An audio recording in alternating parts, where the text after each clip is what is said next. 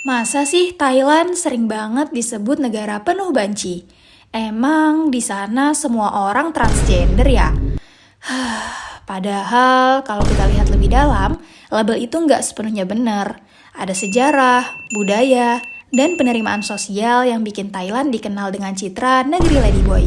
Tapi kenapa justru negara ini yang paling menonjol dibanding negara lain? Yuk kita bahas bareng-bareng.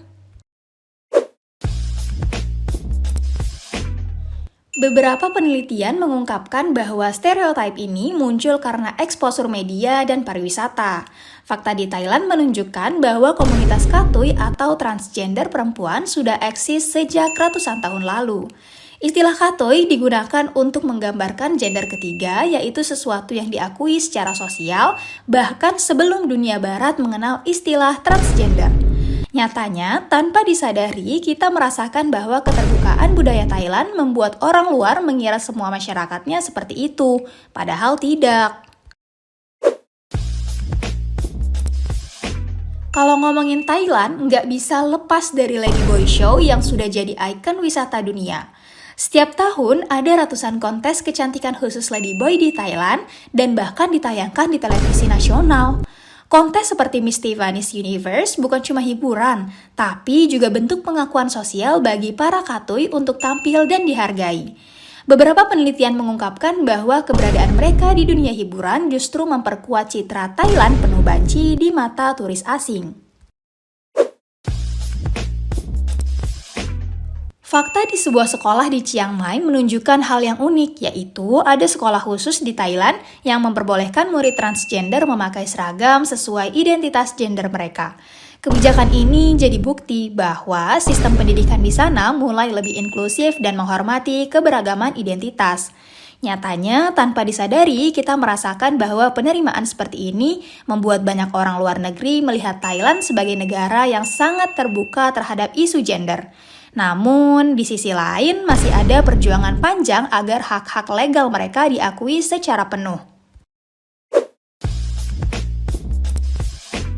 Fakta di Bangkok dan Pattaya menunjukkan bahwa banyak ladyboy bekerja di bidang hiburan, kecantikan, hingga pariwisata. Media televisi Thailand juga sering menampilkan tokoh transgender secara terbuka, dari acara masak, talk show, sampai sinetron. Nyatanya, tanpa disadari kita merasakan bahwa semakin sering mereka tampil di layar, semakin kuat pula citra Thailand sebagai negara banci yang terbentuk di benak orang asing. Dalam budaya Thailand yang mayoritas beragama Buddha, ada pandangan bahwa menjadi katui bisa jadi akibat dari karma atau reinkarnasi kehidupan sebelumnya. Fakta ini bikin banyak orang Thailand lebih toleran terhadap keberagaman gender, karena mereka percaya setiap orang punya jalan hidup berbeda. Beberapa penelitian juga menunjukkan bahwa masyarakat yang memegang ajaran non-dogmatis seperti Buddhisme cenderung lebih menerima perbedaan. Nyatanya, tanpa disadari, kita merasakan bahwa spiritualitas yang lembut ini membuat masyarakat lebih tenang dan tidak terlalu menghakimi. Fakta menarik lainnya, beberapa universitas di Thailand bahkan menyediakan toilet khusus bagi katui. Thailand juga dikenal sebagai pusat operasi plastik dan bedah gender di Asia. Ribuan pasien datang setiap tahun untuk melakukan transisi di sana. Nyatanya, tanpa disadari, kita merasakan bahwa semua ini menunjukkan seberapa besar negara itu menerima keragaman. Meskipun hukum belum sepenuhnya mendukung.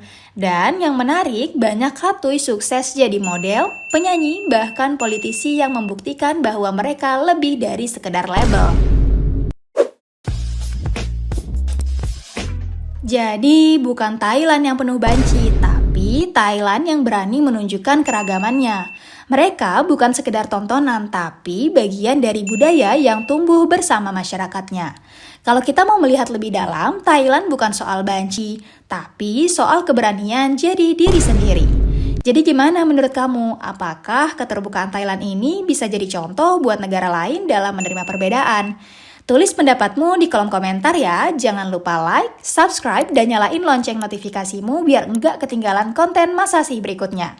Sampai ketemu di video selanjutnya dan ingat, bukan siapa kamu yang penting, tapi seberapa berani kamu jadi diri sendiri.